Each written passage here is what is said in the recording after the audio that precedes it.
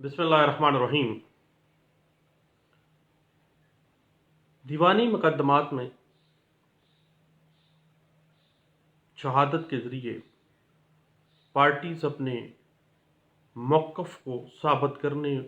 کے واسطے عام طور پر ڈاکومنٹری ایویڈنس کو اہمیت دیتی ہیں، لیکن زبانی شہادت کی اہمیت بھی اپنی جگہ موجود ہے۔ مدعی کو اپنے مقدمے کو ثابت کرنے کے لیے زبانی شہادت بھی دینا پڑتی ہے،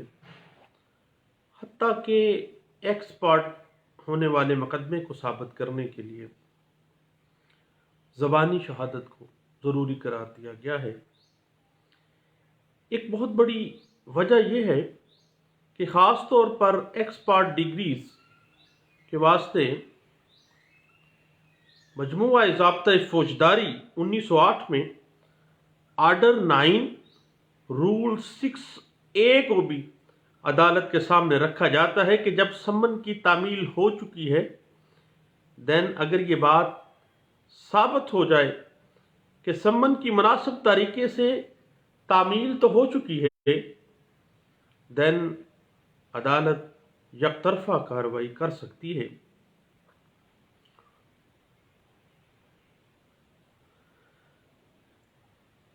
اور بغیر شہادت ریکارڈ کیے ڈگری بھی پاس کر سکتی ہے،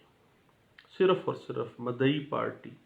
کی یک طرفہ شہادت لے اور یک طرفہ ڈگری پاس کرے۔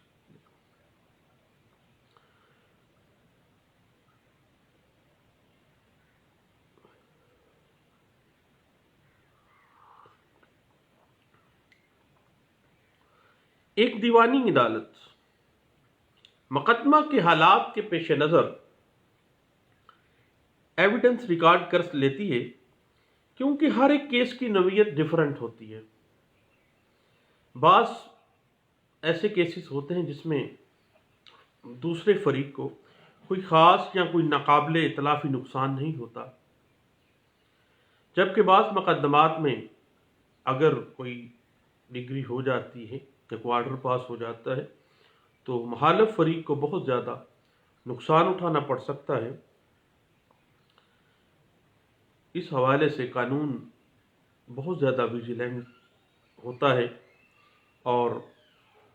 مقدمے کے حالات و واقعات کو مد نظر رکھا جاتا ہے۔ دیوانی مقدمات کی ابتدا تحریری طور پر عدالت میں سوٹ فائل کرنے سے ہوتی ہے۔ دیوانی مقدمات میں زبانی شہادت کی فہرست کوئی زیادہ نہیں ہوتی، عام حالات میں 2-3 گواہ کافی ہوتے ہیں۔ دعوے کے ساتھ اگر فہرست گواہان داخل نہیں کی گئی دین جب ایشو فریم ہو جائیں گے، ایشو فریم ہونے کے 7 دن کے اندر فہرست گواہان اور وارثان جو ہے وہ داخل کرنا ہوتی ہیں۔ دیوانی مقدمات میں جو ڈاکومنٹس آپ کی دسترس میں ہیں، جو سول سوٹ کی بنیاد کا درجہ رکھتے ہیں آپ کی نظر میں، دائری کے وقت ہی وہ دعوے کے ساتھ لگا دیے جاتے ہیں، لیکن بعض ایسے ڈاکومنٹس ہوتے ہیں جن کو آپ بوقت شہادت پیش کرنا چاہتے ہیں دین ان پر انحصار کیا جانا لازمی ہے کہ نقل لف ہے جبکہ اصل پر انحصار ہے۔ ادروائز انحصار اگر نہیں کیا گیا بصورت دیگر بوقت شہادت پیش کرنے کی پیش کی اجازت آپ کو سول کورٹ سے لینی پڑے گی۔ دعویٰ دائر کرنے والا فریق باؤنڈ ہے کہ ایسی دستاویزات جو کہ پرائیویٹ ڈاکومنٹ کو وہ دائری دعویٰ کے وقت شامل کرنا چاہتا ہے شہادت کے طور پر، تو وہ تمام پرائیویٹ ڈاکومنٹس جو ہیں ان کو دعویٰ دائری کے وقت لاف کر دے اس دعوے کے ساتھ کہ یہ میرے ڈاکومنٹری ایویڈنس موجود ہیں، تاکہ فریق ثانی جو ہے اس کو مدعی کے موقف کی سمجھ آ سکے اور عدالت کو پتہ چل سکے کہ اصل موقف یہ ہے، پبلک ڈاکومنٹس کے علاوہ جو پرائیویٹ ڈاکومنٹس ہیں وہ یہ ہیں جن کے یا اگر وہ اصل نہیں ہیں تو ان پہ انحصار کیا گیا ہے۔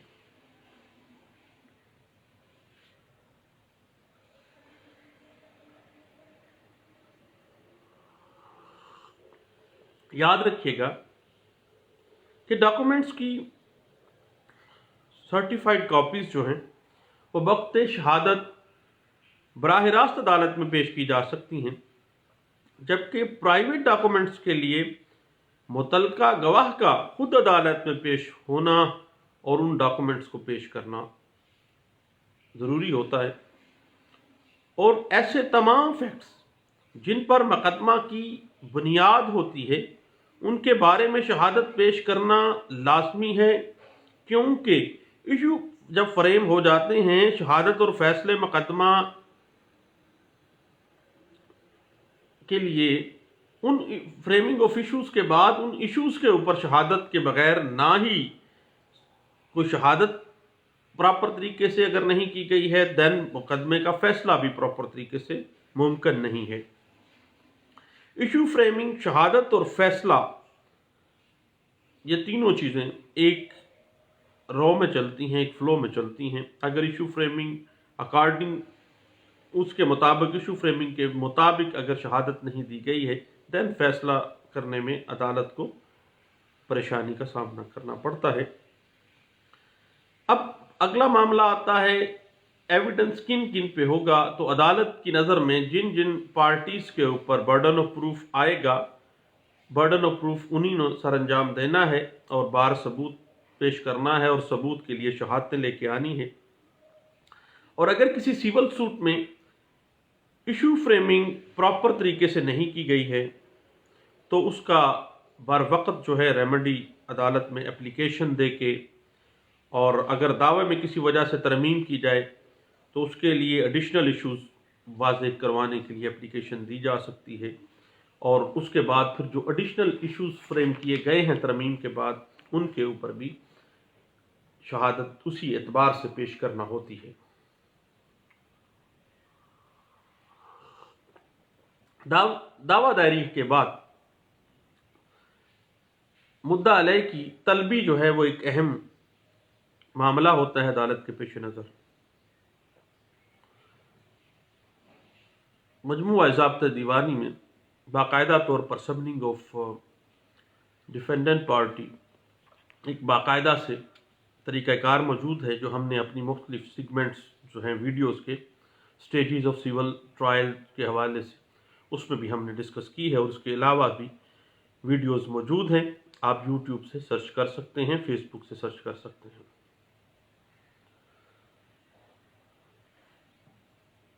جب بھی دعویٰ دائر ہو گیا اس کے بعد طلبی ہوگی، مدعا علیہ عدالت میں حاضر ہو کر اپنا ریٹن سٹیٹمنٹ جواب دعویٰ داخل کرتا ہے۔ جواب دعویٰ کے لیے 30 دن مقرر ہیں، لیکن اگر 30 دنوں کے اندر مدعا علیہ ڈیفینڈنٹ پارٹی جواب دعویٰ دائر نہیں کرتی تو اس کا جواب داخل کرنے کا جو حق ہے عدالت کے پاس اختیار ہے کہ وہ اکارڈنگ ٹو آرڈر 8 رول 1 وہ ختم بھی کر سکتی ہے۔ اور بہرحال دعوے کا جواب جب مدعا علیہ عدالت میں پیش کر دیتا ہے تو عدالت فریقین کے دعویٰ اور جواب دعویٰ کو مد نظر رکھتے ہوئے ایشو فریم کرتی ہے کہ کس فریق نے کس نقطے کے بارے میں، کس ایشو کے بارے میں شہادت دینی ہے، اور کس نقطے کا برڈن آف پروف جو ہے، بار ثبوت جو ہے وہ کس پارٹی کے اوپر ہے۔ جب پہلے پلینٹف پارٹی اپنی شہادت زبانی اور ڈاکومنٹس کے ذریعے ختم کر لیتا ہے، شہادت کلوز ہو جاتی ہے، دین جو مخالف پارٹی مدعا علیہان ہیں وہ اپنی شہادت دستاویزی بھی اور اورل جو زبانی شہادت ہے اپنی شہادت اپنے ایشو فریمنگ کے حوالے سے وہ پیش کریں گے، تب جا کر عدالت فریقین کی بحث سننے کے بعد فیصلہ صادر کرتی ہے جو دعوے کی ڈگری یا دعوے کے خارج ہونے پر ختم ہوتی ہے۔ دعویٰ ڈگری ہو جاتا ہے یا دعویٰ خارج ہو جاتا ہے۔ یہ باتیں ہم different stages of civil trial جو ہیں اس میں بھی ڈسکس کر چکے ہیں، اس کا تفصیل آپ وہاں سے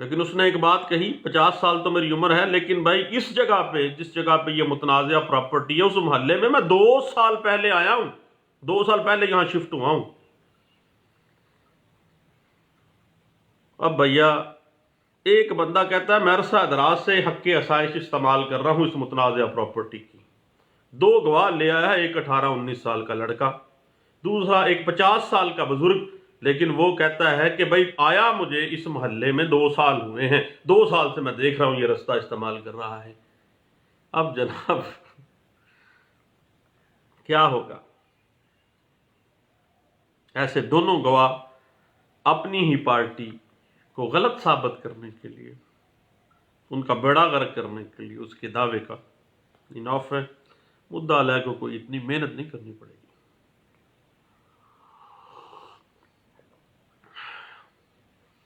یاد رکھیے گا کہ سیول سوٹس میں شہادت کی جو کمزوری ہے وہ مقدمے کا زہر قاتل ہے۔ اگر شہادت کمزور ہے پورے کا پورے دعوے کا بیڑا غرق ہے، اور اگر شہادت کمزور ہے، کمزور نہیں ہے، فرض کرتے ہیں فیکٹس کمزور ہیں، شہادت نے ان فیکٹس کو پروو کر دیا ہے،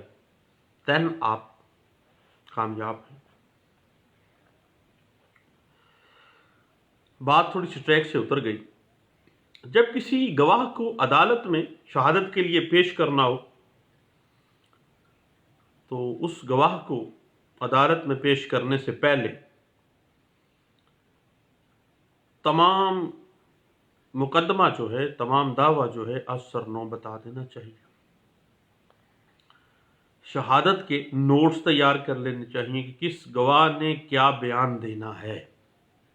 اس بیان کے گرد گھومنا ہے اس گواہ نے۔ عام طور پر عدالتوں میں ہم دیکھتے ہیں کہ فیکٹس کے حوالے سے لوگ وقت اور تاریخ، کہ فلاں تاریخ تھی اور فلاں وقت تھا، وہ کہتے ہیں ہمیں یاد ہی نہیں رہتا جی، تاریخیں ہمیں یاد نہیں رہتی، ٹائم ہمیں یاد نہیں رہتا۔ دین کیا کریں؟ وقت اور تاریخ ان کو یاد کروائیں۔ دیوانی مقدمہ میں ہر فریق اپنی مرضی کے گواہ پیش کرتا ہے، ان کو اچھی طرح تیار کر کے عدالت میں پیش کریں۔ گواہ کو بتانا چاہیے کہ بھائی عدالت ہے، عدالت کا احترام کرنا ہے، جتنا بیان کے نوٹس آپ کو دیے ہیں اس سے آگے یا پیچھے نہیں رہنا، اتنا فضول گفتگو نہیں کرنی۔ جب کراس ایگزامینیشن ہو تو جو دوسرا مخالف وکیل ہیں ان کے سوالوں کا جواب دینا ہے، کسی قسم کا کوئی جھگڑا نہیں کرنا ہے۔ اسی طرح سیول سوٹس کے اندر اگر آپ ڈیفینڈنٹ پارٹی کے گواہ ہیں، ڈیفینڈنٹ پارٹی کے وکیل ہیں، دین آپ کو اپنے ریٹن سٹیٹمنٹ کی روشنی میں شہادت پیش کرنی ہے ان ایشوز کے اوپر جو کہ ایشو فریمنگ میں جن کا برڈن آف پروف آپ کے اوپر ہے، اور جو موقف آپ نے جواب دعویٰ میں اختیار کیا ہے اس کے مطابق ہی آپ نے زبانی اور دستاویزی شہادت پیش کرنی ہے۔ اور جن ایشوز کا برڈن آف پروف ڈیفینڈنٹ کے اوپر ہے اس کو ثابت کرنے کا بار بھی ڈیفینڈنٹ نے ہی پورا کرنا ہے۔ اگر مدعی نے اپنی شہادت کے اندر کسی فیکٹ ان ایشو کے بارے میں بیان دیا ہو تو ایسے بیان کے بارے میں مدعا علیہ شہادت دینے کا پابند نہیں ہے، نہ ہی عدالت ایسے بیان کو تسلیم کرتی ہے۔ شہادت کے بارے میں سیٹلڈ پرنسپل ہے کہ فریقین کو اپنے موقف کے حق میں شہادت پیش کرنے کے موقع ملنا چاہیے، جو ان کا موقف ہے، دوسری پارٹی کے موقف کی طرف نہیں جانا آپ نے۔ اس کے بعد اگر جواب دعویٰ آنے سے کوئی ایڈیشنل فیکٹ سامنے آ جاتا ہے، اضافی بات کی جاتی ہے، تو دعوے کی ترمیم کے لیے آپ نے ترمیم دعویٰ کے لیے آپ نے ایک اپلیکیشن دے دینی ہے ترمیم دعویٰ کی۔ اسی طرح اگر مدعا علیہ کو اپنی شہادت سے پہلے اپنے موقف کے حق میں کچھ نئے فیکٹس یا نئی ڈاکومنٹیشن یا نیا پبلک ڈاکومنٹ یا پرائیویٹ ڈاکومنٹ کو اس کے ہاتھ لگ گیا ہے، اس کو چاہیے کہ دین وہ اپنے جواب دعویٰ میں امینڈمنٹ کے لیے اجازت لے عدالت سے اور فوری طور پر ترمیم کے لیے اپلیکیشن دے۔ اسی طرح پلینٹف پارٹی بھی شہادتوں سے پہلے کچھ زبانی یا کوئی دستاویزی شہادت اس کے ہاتھ لگ جاتی ہے، دین بھی وہ اپلیکیشن میں دے گا کہ دعوے میں ترمیم جو ہے وہ اشد ضروری ہے، اس کے بغیر انصاف کے تقاضے پورے نہیں ہوں گے۔ جبکہ ایسے دستاویز یا ایسے فیکٹس کا اس کو علم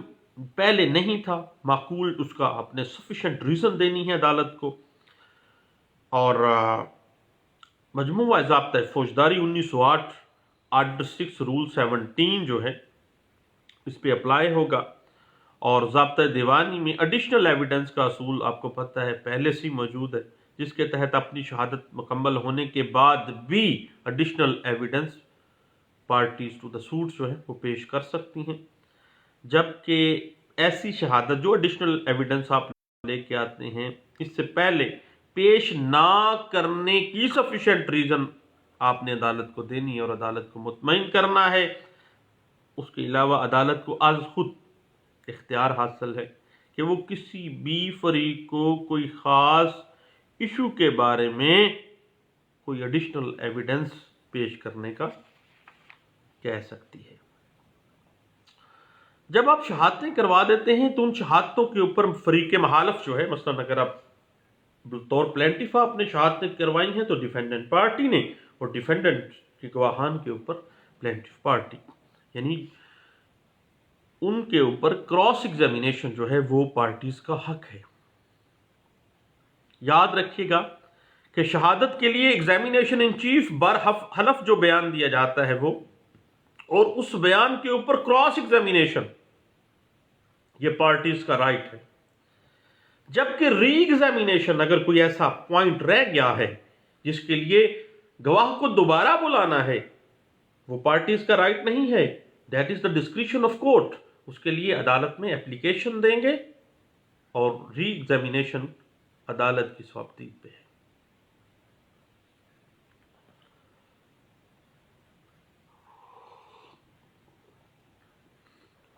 تو ری ایگزامینیشن میں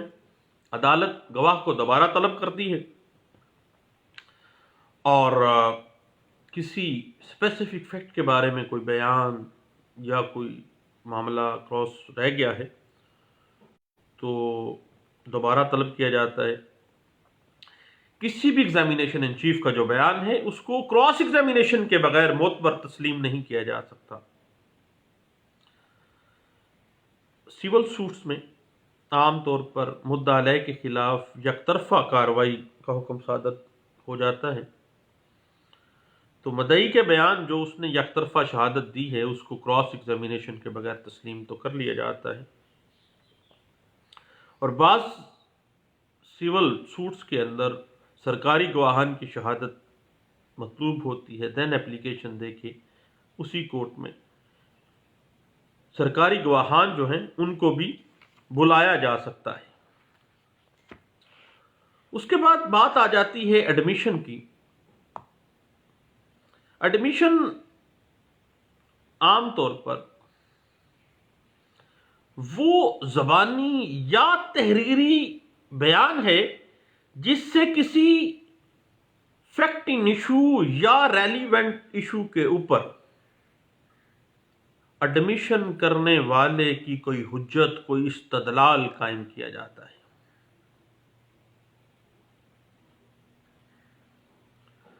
عام طور پر سول نوعیت کے جتنے مقدمات ہیں اس میں ایڈمیشن کسی پارٹی نے، کسی ایسے شخص نے جو اس میں اس سوٹ پراپرٹی میں یا اس سوٹ جو پینڈنگ سوٹ ہے اس میں ایکچوئل انٹرسٹ رکھتا ہو، جب وہ کوئی ایسی بات مان لیتا ہے جو کہ ایڈمیشن کا درجہ حاصل کر رہی ہے، ایڈمٹ ہو جاتی ہے، تو یاد رکھیے گا دوستو، admitted facts need not to be proof. آپ کا کام آسان ہو گیا ہے۔ سول سوٹس میں بعض اوقات غیر دانستہ طور پر پارٹیز ایڈمیشن کر جاتی ہیں، بعد میں پتہ چلتا ہے ہم نے یہ کیا کر دیا۔ ایک سول سوٹ میں ایک اپلیکیشن کا جواب میں مدعا علیہ مان گیا کہ جناب واقعی ہم ایک مرلے کے ہی کو شیئرر ہیں۔ پارٹیشن سوٹ تھا، اس میں ڈیفینڈنٹ پارٹی کہہ رہی تھی کہ جو پلینٹف پارٹی ہے یہ تو ایک مرلے کے سوٹ پراپرٹی کے ایک مرلے کی حد تک یہ کو شیئرر ہیں۔ اس میں اپلیکیشن چل رہی تھی آرڈر 39 رول 4 کے تحت، تو اس میں انہوں نے فیکٹ تسلیم کر لیا کہ وہ واقعہ ہی ایک مرلے کے کو شیئرر ہیں، اور انہوں نے کہا کہ کو شیئرر تو ہر انچ کا کو شیئرر ہوتا ہے، اس لیے ہم نے جناب ان کو روک رہے ہیں۔ اب ایک بندہ 1000 مرلے کا کو شیئرر ہے اور ایک بندہ ایک مرلے کا۔ البتہ کافی تگدو کے بعد وکیل صاحب کی غلطی یا اس پارٹی کی تو غلطی نہیں ہوگی، وکیل صاحب جلدی میں لکھ کے، لیکن ایڈمیشن آ گیا۔ جبکہ وہ فریق مقدمہ جو سول سوٹ میں کوئی ایکچوئل انٹرسٹ نہیں رکھتا، صرف برائے نام فریق مقدمہ بنایا گیا ہے، تو اس کے ایڈمیشن سے جو ایکچوئل انٹرسٹ رکھنے والی پارٹی ہے اس کے مفاد کے اوپر اس کا ایڈمیشن اثر انداز نہیں ہوگا۔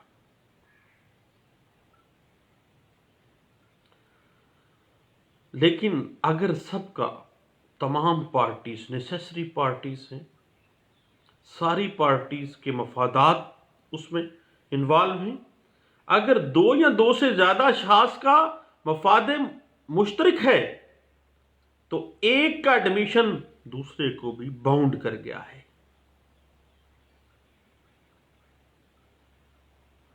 ایک ایجنٹ جو ہے اگر وہ ایڈمیشن کر لیتا ہے ایسے معاملات کے بارے میں جن کے اوپر اس کو ایجنسی دی گئی تھی، جن معاملات کو اس کو اختیار دیا گیا تھا، اگر وہ ایڈمیشن کر لیتا ہے تو دین وہ ایڈمیشن اس کے پرنسپل اصل مالک کے اوپر بھی بائنڈنگ کا درجہ حاصل کرتا ہے۔ عام طور پہ ہمارے ہاں کچھ ایمبیگوٹیز ہے سول کورٹس میں کہ ایڈمیشن جناب کلیئر ہونا چاہیے۔ یاد رکھیے گا کہ ایڈمیشن صرف صریح ہی نہیں بلکہ لغوی بھی ہوتا ہے، طرز عمل سے منسبت بھی کیا جا سکتا ہے۔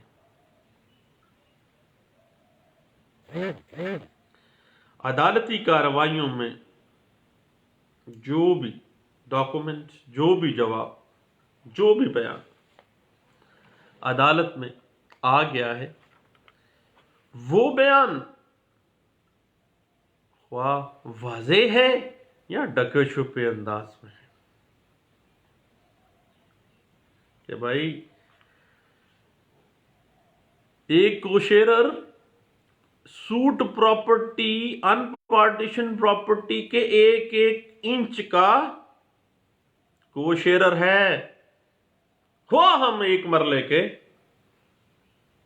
اصل مالک ہیں۔ ایڈمیشن آ گیا میرے دوستوں۔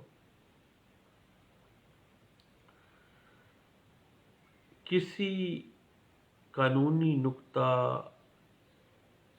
یا کسی فیکٹ کے اوپر یا کسی فیکٹ ایشو کے علاوہ ریلیونٹ فیکٹ سے متعلق ایک وکیل کا ایڈمیشن کر لینا اس کے کلائنٹ کے لیے قابل پابندی ہوگا، کیونکہ ایک وکیل اپنے موکل، اپنے کلائنٹ کے مفادات کا پاسدار ہوتا ہے، اس کو پاور آف اٹارنی دی گئی ہے۔ اس کے حوالے سے دفعہ دفعہ مختلف معاملات سامنے آتے ہیں، اس کے بعد بعض اوقات پارٹیز کے پاس شہادت ہوتی نہیں، کوئی شہادت نہیں ہے، کوئی شہادت نہیں ہے، دین کیا کریں گے؟ دین قانون شہادت آرڈر 1984 آرٹیکل 163 کے مطابق دیوانی مقدمات میں مدعی کو اپنے دعوے کو ثابت کرنے کے لیے اگر کوئی شہادت ہی نہیں مل رہی، کوئی بندہ اس کی جگہ پہ شہادت دینے کے لیے تیار ہی نہیں ہے، بیچارے ہوتے ہیں کوئی اس طرح کے مسکین لوگ بھی، کوئی ان کے پاس ڈاکومنٹیشن نہیں ہوتی ہے، دیوار میں مارے گئے ہیں، تو وہ عدالت سے اس متعلقہ مقدمہ جو ہے اس کا فیصلہ اسپیشل اوتھ کی بنا پر کرنے کی استدعا کر سکتا ہے۔ آرٹیکل 163 میں فیصلہ برخلاف کروانے کی درخواست دے سکتا ہے، اور جب کوئی شخص اپنے دعوے کی تائید میں حلف اٹھائے تو عدالت مدعی کی اپلیکیشن پر مدعا علیہ کو طلب کر کے اس دعوے سے حلفاً انکار کرنے کا کہے گی کہ وہ حلف دے رہا ہے کہ اس کا دعویٰ سچا ہے، اور آپ آؤ، اگر آپ نگیٹ کرتے ہیں، آپ حلف دیں کہ یہ بندہ جھوٹا ہے، حلف کے اوپر ہی پورے کا پورا مقدمہ جو ہے وہ چلے گا۔ 163 آرٹیکل قانون شہادت آرڈر 1984 یہ بات واضح کر دیتا ہے۔